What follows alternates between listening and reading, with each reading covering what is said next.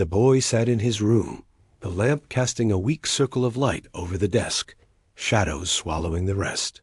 Outside, the world was silent, but inside his head, a storm raged. His name was William, though everyone called him Bill. His classmates mocked him for being small, awkward, too obsessed with things that no one else cared about. He could memorize lines of code like others memorized baseball scores. But what good was that? At 13, it meant nothing. It was just noise inside his skull, a language few spoke, even fewer understood. At night, when his family slept, he whispered to himself lines of basic, commands scribbled on scraps of paper. He wasn't just playing with a machine. He was bargaining with it. He wanted control, something steady, something that listened. In a world where children mocked him, where teachers sighed at his impatience, the computer did not laugh. It obeyed. But even then, he felt it. The shame of being invisible, the fear of being irrelevant. His parents wanted him to be polite, studious, a future lawyer. But Bill felt disgust toward that path. He didn't want to argue about rules. He wanted to write them. One day, he and his friend Paul sneaked into a room filled with humming machines' timeshare computers, guarded by adults with tight jaws and stricter rules. But Bill knew how to make rules bend. He found loopholes. He hacked their system, not to destroy, but to see if he could. When they were caught, the humiliation was sharp. A suspension, a ban. They were boys, branded as troublemakers. To everyone else, it was proof of arrogance. To Bill, it was proof of hunger. Failure became his secret companion. Every rejection, every punishment only fed a fire. Nights were longer now. His hands shook with adrenaline as he typed lines of code until dawn. He could feel his health decay, but he didn't care. The world outside was dull, suffocating. Inside the glow of the machine, he felt alive. When Harvard came, it was not a triumph. It was a test. Everyone believed he would become another cog, another lawyer, another predictable son of privilege. But Bill despised predictability. He cut classes. He lost himself in the computer lab. He was already drifting away from the life that was expected. Then came the call. A magazine, Popular Electronics, announcing a strange device, the Altair 8800. A box of circuits, wires, potential. It was not beautiful. It was not stable. But Bill saw it for what it was. A door. A chance to be first. A chance to seize a future no one else yet believed in. He dialed the number of the creators, his voice steady, though his stomach twisted. He lied. He told them he had software ready. He told them he had a program that could bring the box to life. In truth, he had nothing. Nothing but a dangerous certainty that he could build it, if only he had the chance. The days that followed were madness. Bill and Paul locked themselves away, fueled by cold pizza and bitter coffee. Every line of code was a gamble. Every keystroke was a heartbeat. If they failed, they wouldn't just lose a contract. They would lose their chance to matter. The night before the demo, the program still broke, line after line collapsing. Paul collapsed on a couch, eyes burning red. Bill stayed awake, his body trembling with exhaustion, whispering commands to the machine like prayers. In the quiet, he heard the voice of doubt. You are nothing. You are lying. You will be exposed.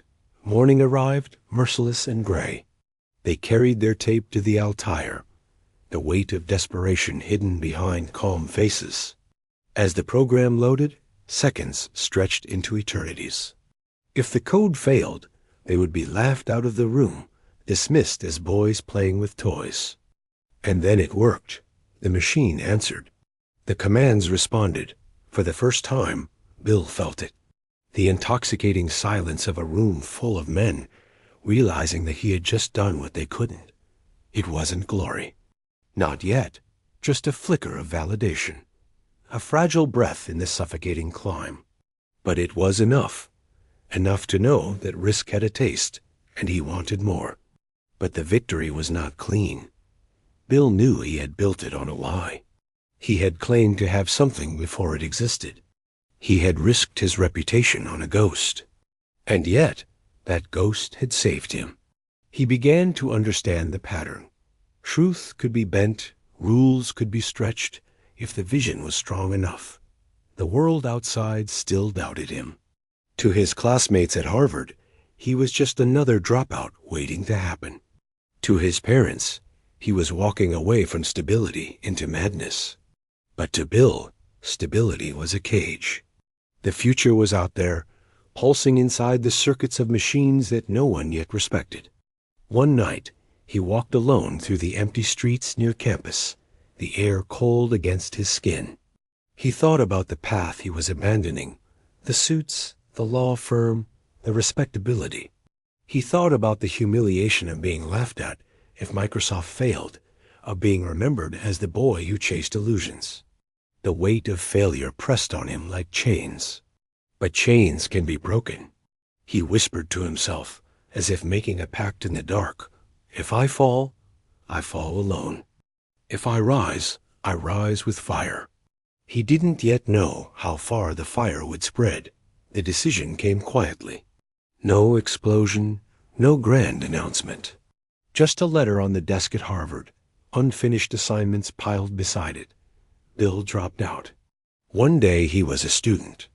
The next, he was a fugitive from the life everyone else wanted for him. His parents stared in silence, their faces pale with disappointment. To them, it looked like a boy throwing away a crown. To Bill, it was the first act of defiance that mattered. He packed his life into boxes that barely filled the trunk of a borrowed car. Paul was waiting, older, heavier, but bound by the same fever. They weren't visionaries yet. Just two boys driving into the unknown, clutching at a name they had whispered into existence. Microsoft. It was fragile, temporary, written with a hyphen that would later disappear. Like them, it wasn't ready for the world. The first office was a room without air. Wires snaked across the floor, papers stacked on every surface. They ate cheap food, slept on couches, and worked until their eyes burned. Bill was relentless. His voice cut through exhaustion like a blade. He demanded perfection from Paul, from the few employees they scraped together, but most of all from himself. Mistakes weren't tolerated. Weakness was a disease. Outside, the industry was still laughing. Computers were toys, curiosities for hobbyists and eccentrics. No serious businessman cared about a box of circuits. But Bill knew better. He saw the shadow of a world where every desk, every home would hold one. And he wanted to own the language those machines spoke. Yet ownership came with enemies. Competitors dismissed him. Partners underestimated him. Investors ignored him. More than once, the bank account bled dry, and Bill had to face the suffocating fear of collapse. He stared at empty balance sheets, hearing the echo of every doubt he had silenced. You are too young. You are reckless. You will be forgotten. But then came IBM, a giant, a colossus. They needed software, an operating system, something to make their machines live. They came to Microsoft. And Bill, barely in his 20s, sat across from men in dark suits who had built empires. His voice didn't tremble. He promised them everything. What he didn't have, he would find. What he couldn't find, he would build.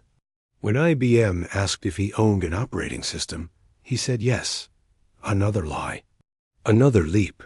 In truth, he had nothing. But he knew someone who did. A tiny company in Seattle. Bill struck the deal, bought their code, reshaped it, and stamped the Microsoft name upon it. MS-DOS. The ink on the contract was more than a signature. It was blood. The moment IBM trusted him, the balance shifted. Bill had not just sold software. He had sold the future. But victory tasted bitter. He knew what others whispered. that he was ruthless, manipulative, even dishonest, that he stole, that he cut corners, that he twisted words until they bent his way. And maybe it was true. But to him, those were the scars of survival. Nobody remembered the ones who played fair. Late at night, long after the office had gone silent, Bill sat alone in the glow of his monitor. Success was no comfort. It was a new weight. A voice inside him whispered of betrayal, of enemies circling, of the fragility of what he had built. He could not stop. He could not slow. Every day was another gamble, another battle. The fire inside him burned, but it was no longer warm. It consumed. And yet there were moments. Small, fragile moments that broke through the darkness. The first time the royalty check arrived, proving the company could live. The first time a stranger mentioned Microsoft, not knowing Bill was within earshot. The first time he saw a computer on a desk in an office window and realized it was running his code. These were not triumphs. They were breaths, flickers of proof that he was not insane. But with each flicker came the shadow. What if you had failed? What if the machine had crashed during the demo? What if IBM had walked away? What if you had been one breath too late? The doubt never left. It never leaves men like him. Years later, people would see only the fortune, the empire, the title of richest man alive. They would not see the sleepless nights, the cold rooms, the lies told to survive. They would not see the boy sitting in the dark, whispering code like prayer. Bill knew the truth. Success was not a crown. It was a scar. A reminder that the first step had nearly broken him. That the path could have ended in ridicule, in failure, in silence. But he had taken it. He had risked everything on a dream no one else could see. And though the world would call him a genius, he remembered himself differently. A boy surrounded by shadows, desperate to matter. A young man who gambled with lies and survived. A founder who carried doubt like a second heartbeat. And in the end, perhaps that was the real cost of ambition. Not the sleepless nights, not the enemies made, not the betrayals whispered in boardrooms, but the silence of knowing that no victory is ever enough. That every triumph is followed by a darker question. What if this is the last one? Bill never answered that question. He never silenced it. He simply kept moving, step by step, into the fire. Because he knew one thing, and one thing only. The world never remembers those who stop walking.